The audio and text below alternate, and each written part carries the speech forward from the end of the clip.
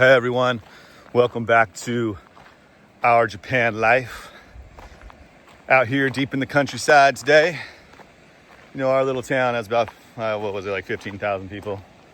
So I guess I don't live deep in the countryside, but I live very close to it. 5-minute drive from my house, and you're looking at this, right? So I consider myself to live in the Japanese countryside, even though our little town has some people in it. Well, I decided to do a little video about the pros and cons and how it is to live in the Japanese countryside, and some of the things you might give up, some of the simplicities of life, but also what you could gain by doing it. Number one, living in the Japanese countryside, you're fairly limited in terms of transportation. There's no train that runs through this area, although there is a small bus line that I think makes its way around here every half hour or so. So you're not stranded or anything like that. But the convenience factor of jumping on the train and zipping around everywhere you want to go with bullet trains, that's a reality that exists solely in the large cities in Japan. Although their infrastructure is really, really good here in Japan as a whole. But when you live in the countryside, you ain't zipping around too fast unless you, of course, gain residency and grab yourself a vehicle, which, of course, you can do if you go through the rigorous process of immigration. So travel is somewhat limited. Things are obviously far apart. Meaning if you got to go to the hardware store, or you got to go to the grocery store or something like that, you might have to travel a little bit if you live in the countryside. So the convenience of all that can be a little tricky at times. The second thing I would say is that in terms of entertainment, you got to really be into the countryside and hiking and fishing and farming and all the things that are to do outside. There's no large movie theater around here. There's not any large malls. There's no big sporting events that occur out here. And of course, there's not a big concert halls where you can go see your favorite acts. You have to travel into the city to go see those. Most of the big international bands go to Tokyo, Kyoto, Osaka, larger cities within Japan.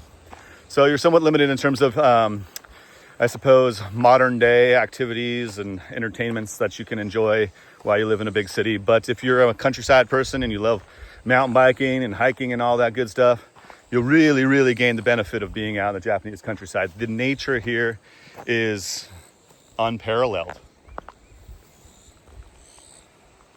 I mean, it's fabulous, right? So if you're into the outdoors, that's something you'll definitely gain. But of course, you lose the modern day amenity of entertainment by living out here in the countryside. One of the fabulous things is that it's pretty farm to table out here. Most of the restaurants are using local ingredients from their farms. Practically every home here in this area is growing their own rice, is growing their own vegetables.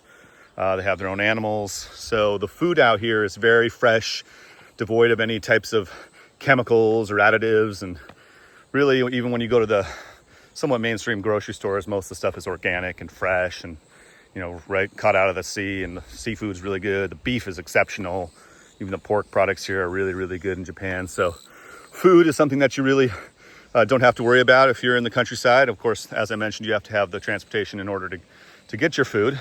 But there's a abundance of delicious produce and really good meats and everything like that. So you don't give a lot of that amenity up by living in the countryside. You have fairly good access to getting good products.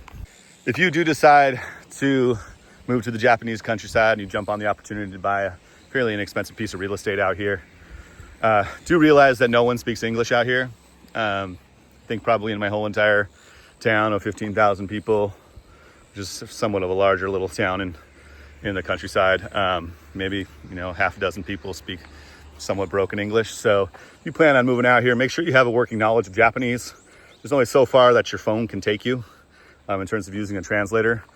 And you better damn well have an internet access so you can get on that translator, because out here you got to have a good connection. Keep in mind when it comes to internet, there's options available to you, of course. We use Starlink, so that's been pretty nice. Has good coverage, hasn't really gone down at all. We have a router inside the house, so we can use that. We cut off our cell phone plan, and we mostly communicate on WhatsApp and through social media apps. So we're not using a Japanese cell phone, nor can we get one quite yet, because we don't have our business visa quite lined up yet. We're working on that, and as soon as that gets approved and we have residency here, we'll be able to get ourselves a bank account, get ourselves a cell phone and all that. But keep that in mind. There is internet options out here. We use Starlink. The people are exceptionally nice in the Japanese countryside. A lot of them are older. So if you're wanting to be around a lot of young people and do the scene and stuff like that, this might not be for you. I'd say the average age of the people that are living out here has to be 60 and above. So you're gonna be hanging out with a few more elderly people. They're really kind and generous, most of them. And sometimes they're a little bit picky about the way you conduct yourselves, or if you're throwing out your trash the right way and everything like that. And they really kind of keep you to task about what you're doing and the lifestyle you're living out here in Japan. But keep in mind that most of the countryside of Japan is very elderly people, and there's not a lot of social life for a lot of people, probably your age category, if you're maybe 30, 40, or even 50. The air is super clean out here, although in the summertime it can get brutally hot and humid. Like right now, you might see some sweat beads on my head. Also in the wintertime in Japan, there's a lot of areas that are extremely cold in the countryside. So when you buy a home, realize that most of these older homes, or the homes that are really cheap on the market right now, they don't have great insulation. And so you're going to be forced to use a lot of air conditioning during the summer, and in the winter, hopefully you have a wood burning stove so you can use that. But if not, you're going to be using like kerosene heaters and other forms of ways to heat your house, and you're going to probably be paying some pretty hefty bills unless you go throughout the process of insulating your house, which can be very expensive as well. So just keep in mind, if you buy a countryside home, insulation in the house is going to be pretty non-existent in most of these houses. And so the weather extremes can be pretty impactful in terms of your comfort level if you live out here. This is a funny one. We've talked about this, me and my wife, of opening a company here that sold really good bedding and good mattresses and good pillows. The options, even in the larger cities in Japan, are a little bit slim on really, really nice beds and mattresses and pillows and things of extreme comfort. I don't know what that is about Japan. They just don't seem to care about sleeping on really plush and posh beds where you can get a really cozy night's sleep. When you're out in the countryside, even worse. In order for us to get a suitable mattress or something that's super comfortable to sleep on, we'd have to go deep into town and probably go to some import mall or something like that. So, the bedding is a little bit hard to come by.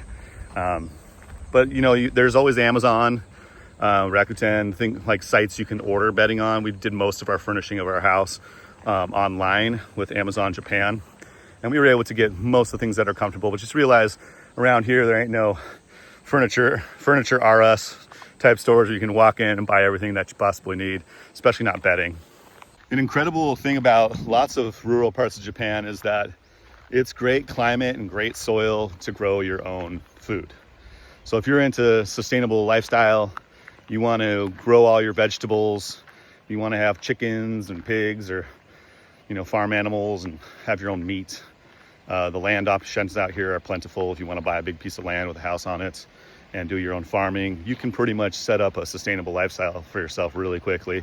There's also subsidy on solar, so if you want to strap solar on your roof, even in rural areas, that's a great option to get completely off the grid. The water here as well, out of the tap, is fresh and drinkable, so that's a plus. There's also a ton of fresh spring water that springs right out of these mountains all over the place, and the rivers are really clean and everything like that. So, you have access to doing that. You don't really have to have bottled water, although I just use bottled water anyways, just to keep myself a little bit sane. But I know I could easily drink the tap water out here. But great farming, good water, good air, clean air, great place to live an off-grid lifestyle. One positive thing about living in the Japanese countryside is if you do get yourself a car or vehicle, the roads even out here are really nice.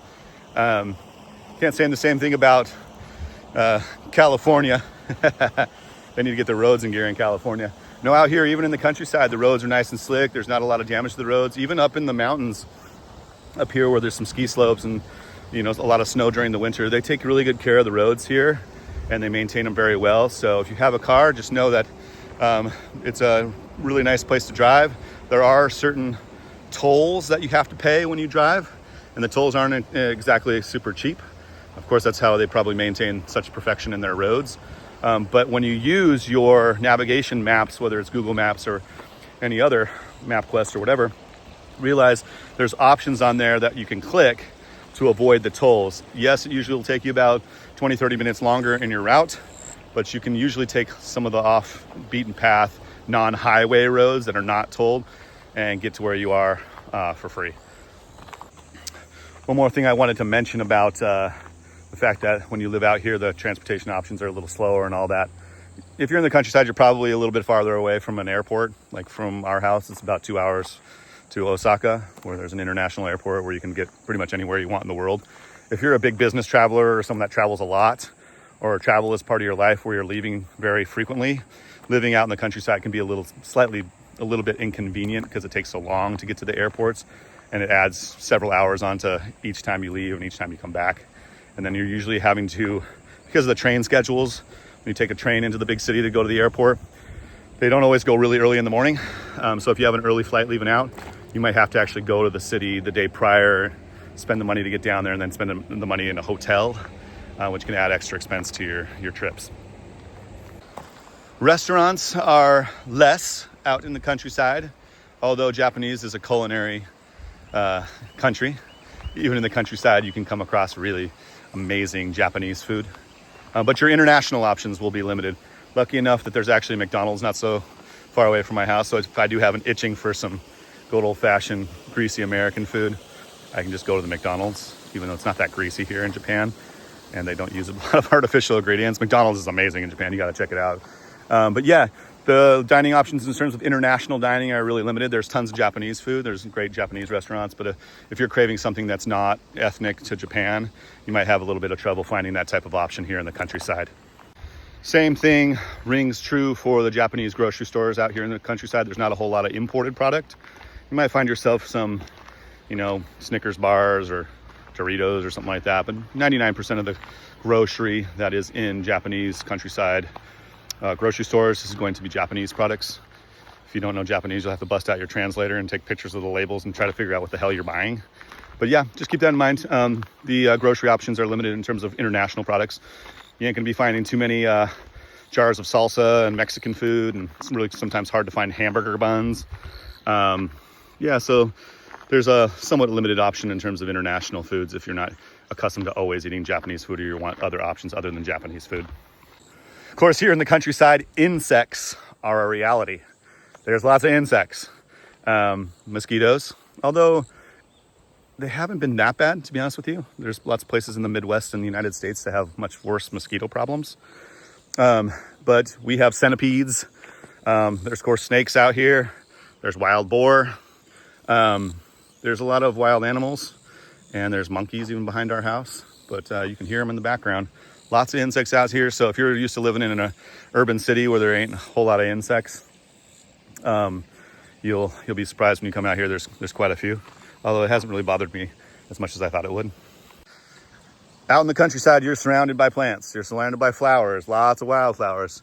You might be susceptible to a little bit of allergy. What I've found actually though is because these farms and all this area is farmed primarily and completely organic and they're not using a lot of chemical or Roundup, that my actual respiration during the allergy season here has been far, far better than where I'm from in the state of California, or where I was raised actually in Arizona, where I had severe allergies during the spring season. So my allergies haven't suffered out here. That's a really good thing.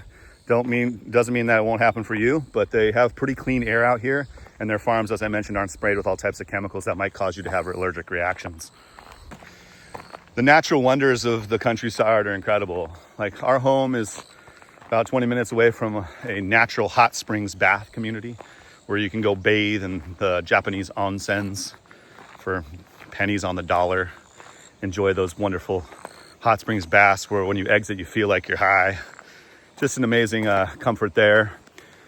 About 35, 40 minutes from the house, there's a couple ski resorts, so you have access to that. There's actually not so far away from my house a few golf courses, and the golf courses, of course, are very well manicured in Japan, and they have a passion for golf. So there is some beautiful countryside amenity to enjoy in terms of beautiful parks, mountains to climb, hot springs baths, good golf courses, and all the rest. So keep that in mind. Really good outdoor lifestyle here. Although what I've noticed so far is that the Japanese people themselves, they kind of prefer to be indoors if they're not farming their farm. and they don't do a whole lot of outdoor rec. You know, it's not like in America where everyone's camping all the time in their free time and getting outside. These people are always outside. They don't really need a refuge from it. So there's lots of options out here for campsites, campgrounds, but they're usually pretty empty. Most of the Japanese countryside is full of rivers and streams. If you're a fisherman, you're gonna love it in Japan.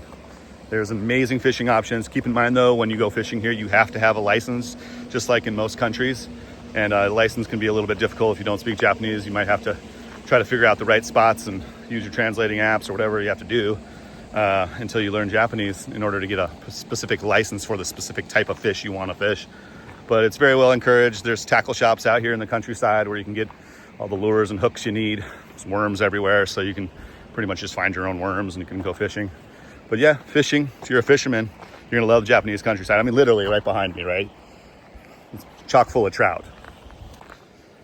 Leads me to the next point is that if you're a hunter, Japan isn't really big on guns. There might be some specific licenses you can get to hunt certain things here and there, but if you're a big hunter, it's probably not the best place for you to move. Not a lot of that going on, shooting animals and all that. So just keep that in mind.